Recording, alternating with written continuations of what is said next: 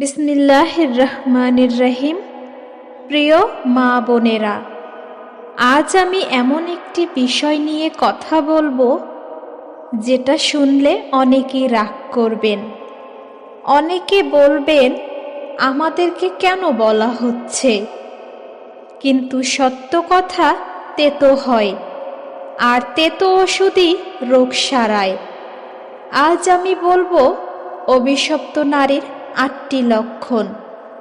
অভিশপ্ত মানে এই না যে সে মানুষ না, অভিশপ্ত মানে আল্লাহর রহমত থেকে দূরে, দোয়া কবুল হয় না, সংসারে বরকত থাকে না, সন্তান অবাধ্য হয়, মনে শান্তি থাকে না।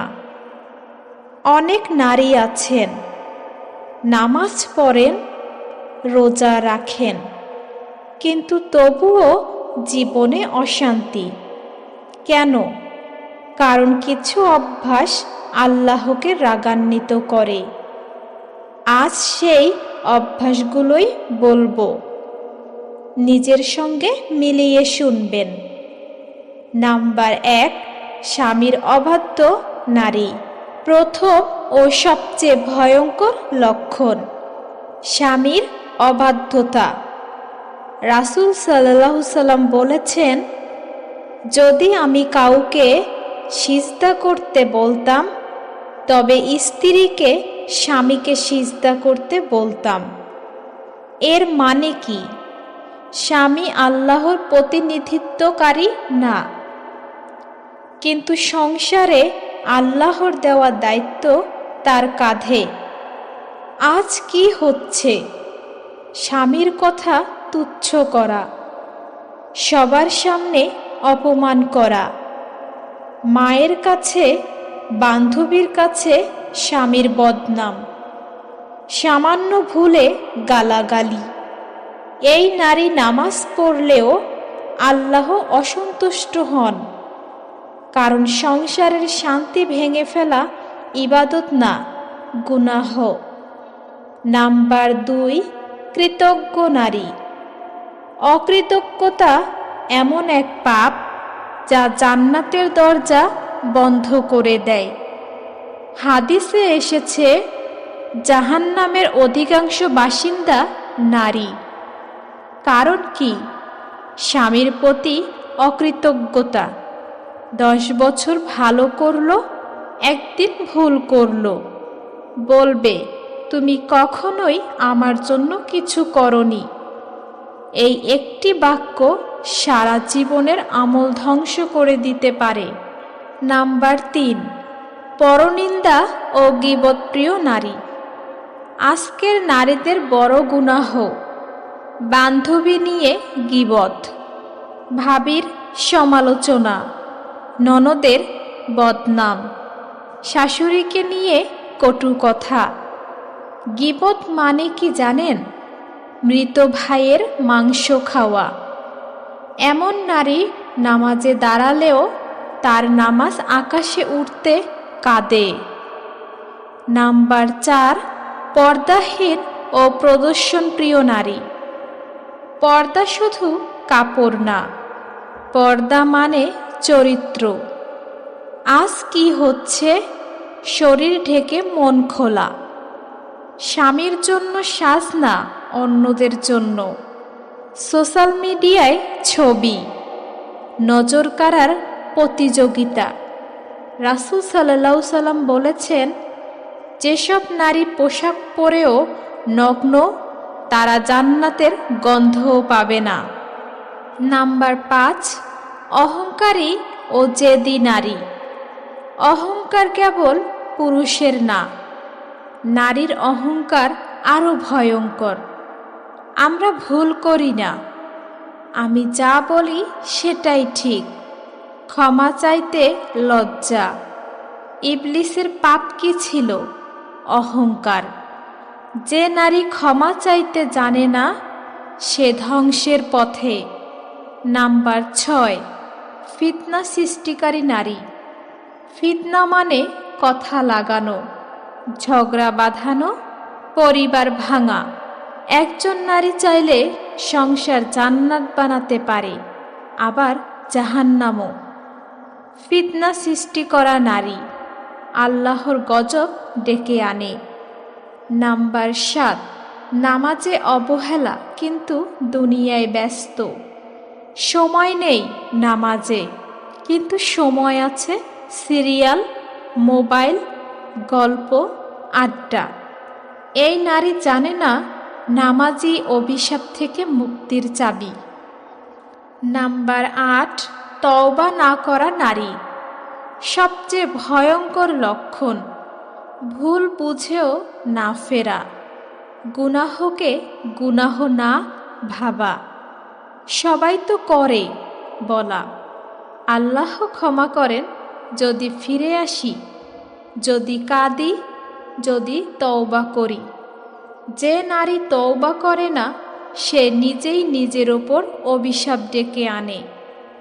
প্রিয় মা বোনেরা, এই কথা কাউকে ছোট করার জন্য না, এই কথা নিজেকে বাঁচানোর জন্য, সংসার বাঁচানোর জন্য, আখিরাত বাঁচানোর জন্য। যদি নিজের মধ্যে এই একটি লক্ষণও পান, আজই তওবা করুন। আল্লাহ অপেক্ষা করেন আমরা ফিরে আসব কিনা।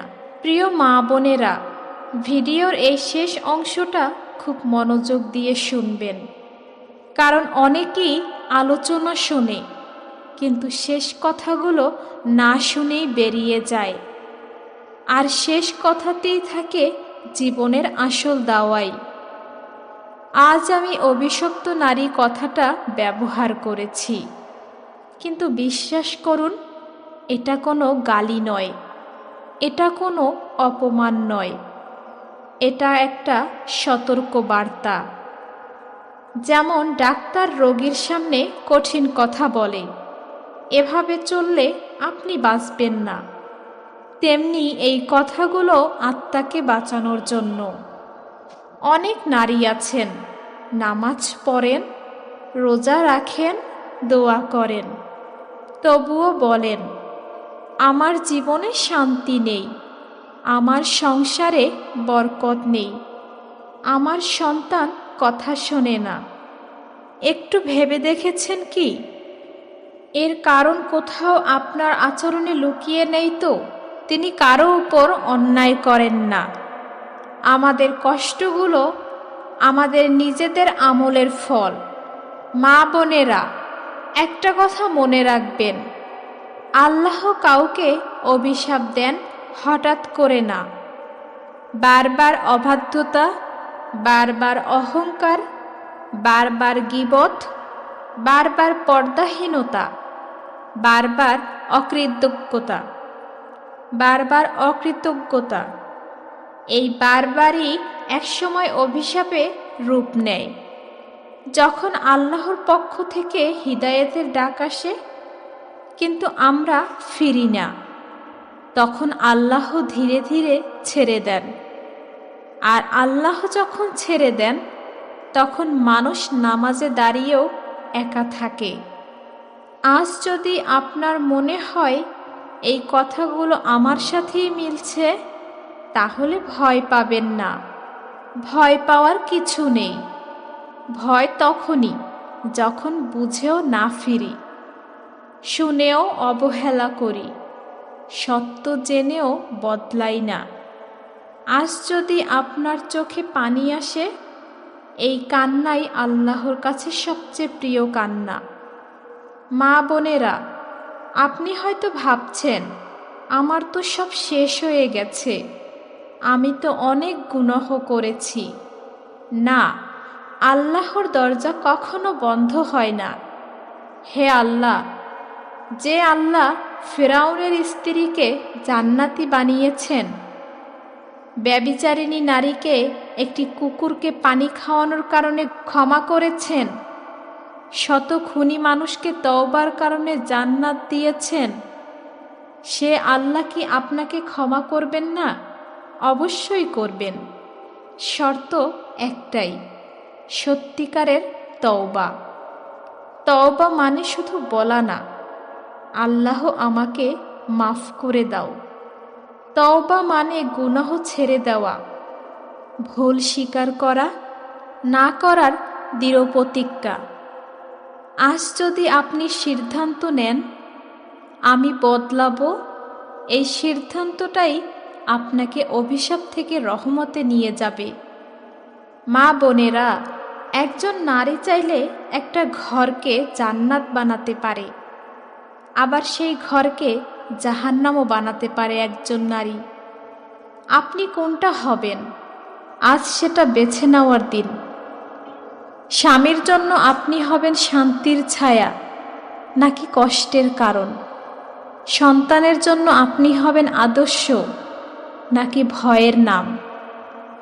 নিজের জন্য আপনি হবেন আল্লাহর প্রিয় বান্দি নাকি দুনিয়ার বাহিক্য প্রশংসার দাসী? আজকের এই ভিডিও যদি আপনার আচরণ বদলাতে সাহায্য করে, আপনাকে নামাজে ফিরিয়ে আনে, আপনাকে ক্ষমা চাইতে শেখায়, আপনাকে পর্দার দিকে নিয়ে যায়, তাহলে মনে রাখবেন এই ভিডিওটি সফল। আমি কোনো নারীকে ছোট করতে আসিনি, আমি এসেছি নিজেকে আর আপনাকে একসাথে বাঁচাতে। সবশেষে একটি দোয়া করে শেষ করছি, হে আল্লাহ, আমাদের সেই নারীদের অন্তর্ভুক্ত করো না যাদের উপর তোমার অভিশাপ নেমে আসে। আমাদের সেই নারীদের অন্তর্ভুক্ত করো যাদের জন্য ফেরেশতারা দোয়া করে। আমাদের ভুল বুঝিয়ে দাও, ফিরে আসার তৌফিক দাও, আর মৃত্যুর আগে আমাদের ঠিক করে নাও। আমিন।